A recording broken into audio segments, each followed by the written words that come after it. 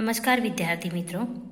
आज हम कक्षा 7वीं का 7वां पाठ जिसका नाम है जहाँ चाहा वहाँ राह, ये पाठ देखने वाले हैं। इसका लेखन जो किया है उनका नाम है लेखिका का अनुराधा मोहिनी। जहाँ चाह वहाँ राह, इस पाठ को लिखा है अनुराधा मोहिनी, यह लेखिका है, इन्होंने इस पाठ को लिखा है। तो सबसे पहले हम इस पाठ के जो शीर्षक है इसके बारे में थोड़ी जानकारी लेते हैं। क्या है इसका मतलब? जहाँ चाह वहाँ राह, क्या है इसका मतलब? देखिए, अगर चाह यानी इच्छा होना, राह यानी क्या? मार्ग मिलना। अगर हमारे मन में किसी चीज़ को पाने की इच्छा हो, अगर हम उस चीज़ को पाने के लिए दिलो जान से मेहनत करेंगे तो वह राह, वह चीज़ हमें अवश्य मिलेगी। जहाँ चाह वहाँ राह का मतलब क्या है? इच्छा होने पर मार्ग की उपलब्धता हमें होती है।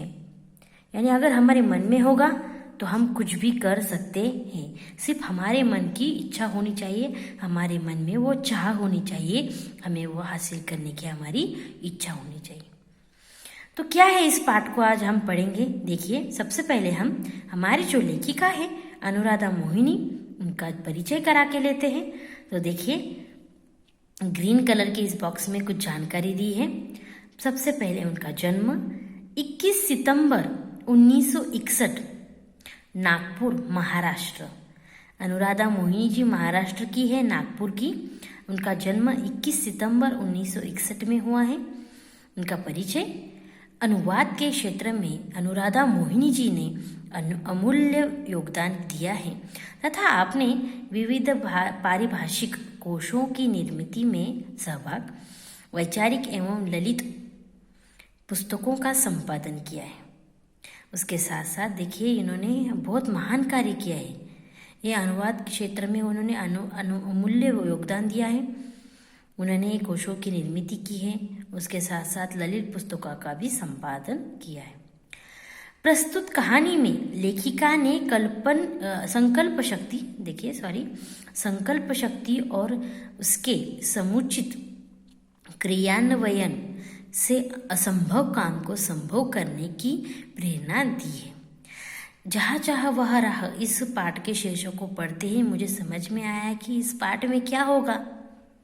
असंभव चीज़ को भी हम संभव कर सकते हैं।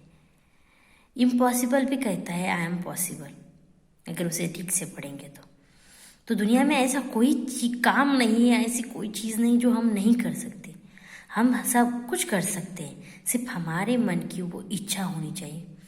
आप कहते हो मुझे पढ़ना ही नहीं आता, मुझे पढ़ना ही नहीं आता। कैसे नहीं आता? अगर आपकी इच्छा होगी, आप पढ़ना चाहोगे तो आपको वो चीज़ ज़रूर मिलेगी, आप पढ़ोगे। सिर्फ इसके लिए आपको क्या करना चाहिए? मेहनत करनी चाहिए। तो इस पाठ से भी क्या बताया गया है कि जो असंभव काम है उसे भी संभव करने की प्रेरणा इस पाठ से हमें मिलती है। सबसे पहले देखिए, यहाँ पे कुछ ब्रैकेट दिए हैं। बताओ तो सही, स्वयं किए हुए कार्य, यानी आपने घर, विद्यालय, परिवेश और त्योहार में खुद, स्वयं यानी क्या? खुद कौन से कार्य किए गए हैं। यानी घर में आप क्या करते हो, विद्यालय में क्या करते हो, स्वयं करते हो, ना किसी की मदद से। परिवेश यानी क्या? हमारा जो परिसर होता है घर के आसपास का, उसमें आपने क्या किया। उसके बाद त्योहारों में, उत्सवों में आपने क्या कार्य किया, ये आपको खुद कार्य किया हो उसकी सूची बनानी है। अभी हम देखते हैं हमारा पाठ, इसका नाम है जहाँ चाह वहाँ राह। एसंबा गांव की पाठशाला की घंटी बजी। देखिए, कहानी की शुरुआत हुई है एसंबा गांव का, जिस तरह हमारे गांव का नाम है भोसे, रासे, इस तरीके से यहाँ पे इस गांव का नाम है एसंबा। पाठशाला की घंटी बजी। हमारे भी पाठशाला में घंटी है या नहीं? हाँ, बेल जब बजती है, हम भी किस तरीके से पाठशाला दौड़ते हैं, उसी तरह से पाठशाला की घंटी बजी। धुआंधार बरसात हो रही थी। धुआंधार यानी क्या? बहुत जोरों से बरसात हो रही थी। क्या हो रही थी? बहुत जोरों से बरसात हो रही थी। बरसात, बारिश, रेन, वर्षा के कारण प्रार्थना मैदान पर न होकर कक्षा में संपन्न हुई। देखिए हमारे स्कूल में भी, हमारे पाठशाला में इस तरीके से कभी कभार बारिश के कारण हमारी भी स्कूल की जो हमारी पाठशाला की भी प्रार्थना वो भी हम हमारे कक्षा में लेते हैं नहीं। उसी तरह से इनकी यहाँ पे भी धुआंधार बारिश हो रही थी। इसके कारण वर्षा, मतलब वर्षा यानी क्या, बारिश। यहाँ पे किसी लड़के का नाम नहीं है, ये बरसात को ही समानार्थी शब्द है वर्षा। वर्षा के कारण प्रार्थना मैदान पर न होकर कक्षा में हुई। उपस्थिति लेते हुए गुरुजी ने देखा कि आज कक्षा में बहुत कम विद्यार्थी हैं। आप सभी को पता है अगर बारिश बहुत ज़्यादा होती है तो हमारी कक्षा में भी बच्चे बहुत कम आते हैं।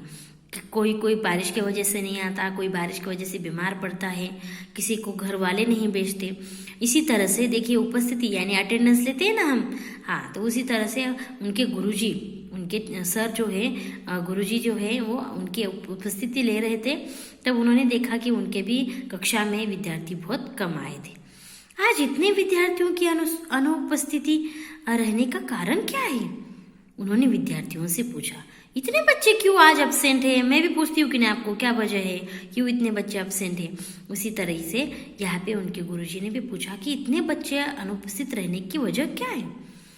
वही नाला गुरुजी, सबने एक स्वर में उत्तर दिया। वही नाला यानी क्या पता है आप लोगों को? जो देखिए मराठी में उसे ओड़ा कहते हैं, हाँ, वो दिखे ना आपने, कभी कभार हमारे रास्ते में नाला होता है, ओड़ा होता है। देखिए काळूस के बाद वहाँ पे भी बच्चे नहीं आते तो क्या कहा जाता है, उधर भी वड्याला पानी आले, इस तरीके से बोलते हैं बच्चे, और उसकी वजह से वहाँ से गाड़ी नहीं आ सकती, ऐसे कहा जाता है। उस तरीके से यहाँ पे बच्चों ने क्या कहा, वही नाला गुरुजी, यानी नाले के वजह से कुछ बच्चे स्कूल पहुँच नहीं पाए। सबने एक स्वर में उत्तर दिया, यानी एक साथ सब लोगों ने उत्तर दिया। तो आज हमने क्या देखा, हमारी जो 7वां पाठ है जहाँ चाह वहाँ रहा, उसका एक परिच्छेद हमने देखा है। अब हम इसके आगे का कल देखेंगे। आज के लिए इतना। आपको सिर्फ ये ऊपर का जो स्वाध्याय दिया है ये करना है। Okay, thank you.